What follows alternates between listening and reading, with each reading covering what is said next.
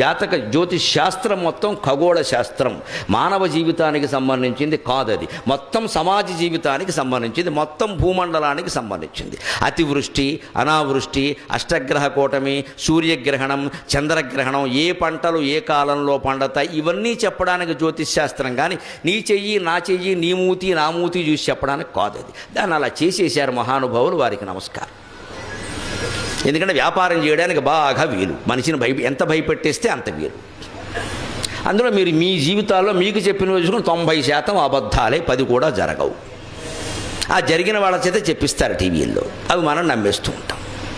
జరిగే అవకాశం లేదు. జ్యోతిష్ శాస్త్రం సమిష్టి జీవితానికి సంబంధించింది తప్ప వ్యష్టి జీవితానికి సంబంధించింది కాదు. వ్యష్టి జీవితం మీద ప్రభావం ఉంటుందండి. ఈ ప్రాంతం అంతా వాన కురిసినప్పుడు అందరి మీద పడుతుందండి, కానీ గొడుగేసుకున్నవాడి మీద పడుతుందా? కొందరికి 2 చినుకులు పడగానే జలుబు చేసేస్తుందండి. ఒకడు వానలో తారంగా వాడినా ఏమీ చేయదండి. వాడి శక్తి సామర్థ్యాలు ఉన్నాయా లేదా? అక్కడ జ్యోతిష్ శాస్త్ర ప్రభావం కూడా అంతే. స్థిరమైన సంకల్పం, భక్తి, జ్ఞాన వైరాగ్యాలు కలిగిన వాడిని నవగ్రహాలు కాదండి 18 గ్రహాలు ఉన్నవాడిని ఏం చేయలేవు. మొహమాటం ఏం లేదు ఆ విషయం. వెంకటేశ్వర సుప్రభాతం సహా అన్నింటిలో ఉంటుంది, మీ ధైర్యం కోసం చెబుతున్నా. సూర్యందు భౌమ బుధ వక్పతి కావ్య సౌరి స్వర్భానుకేతు దివిషత్ పరిషత్ ప్రధానాగ త్వద్దాస దాస చరమావతి దాస దాసాక శ్రీ వెంకటాచలపతే తవ సుప్రభాతం. సూర్యుడు, ఇందు చంద్రుడు, భౌమ కుజగ్రహం, బుధగ్రహం, వాక్పతి బృహస్పతి, కావ్య శుక్రగ్రహం.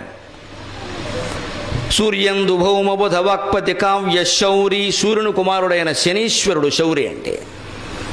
స్వర్భాను రాహువు, కేతు, నవగ్రహాలు. ఇంతకు మించిన 10వ గ్రహం ఏది లేదు. 10వ గ్రహం ఎవడైనా ఉంటే ఈ జాతకం చెప్పించుకుని వాడే 10వ గ్రహం.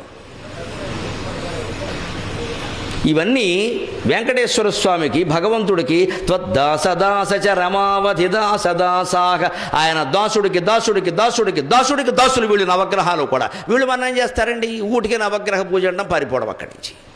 మళ్ళీ అక్కడి నుంచి ఆయనకి నువ్వులు, ఈయనకి నవ్వులు, ఈయనకి చెవులు, ఈయనకి పువ్వులు, పని ఏం లేదు ఇక్కడ. ఇది పెద్ద నమ్మకాలు బాగా పెంచుతున్నారు. 5 వారాలు, 30 వారాలు, 60 వారాలు. నువ్వు ఇక్కడ వరకు నువ్వులు ఇచ్చేసిన వెంటనే పైన గ్రహం మారిపోతుందా? కాస్త ఆలోచించవాయి బాబు, బుర్రపెట్టి ఆలోచన తెలిసిపోతుంది. నీ నువ్వులకి ఆ గ్రహం ఎలా మారుతుందండి? ఎందుకు మారుతుంది అసలు? అది మొత్తం సమిష్టి సృష్టికి సంబంధించిన విషయమా? కానీ ఖచ్చితంగా అదే జ్యోతిష్ శాస్త్రంలో చంద్రగ్రహణం కానీ, సూర్యగ్రహణం కానీ, గ్రహకూటమి కానీ, ఈ ఇతర అతివృష్టి అనావృష్టిలు కానీ ఎలా రాశారో అలాగే జరుగుతున్నాయి. మీరు గమనించాలి. ఒక చుక్క తేడా లేకుండా, సెకండ్ తేడా లేకుండా కరెక్ట్ జరుగుతాయి. ఎందుకంటే అది సమిష్టి, వ్యష్టి కాదు. దాన్ని మన వాళ్ళు శుభ్రంగా వ్యాపారం చేయడానికి వీలుగా వ్యష్టి చేసి పారేశారు.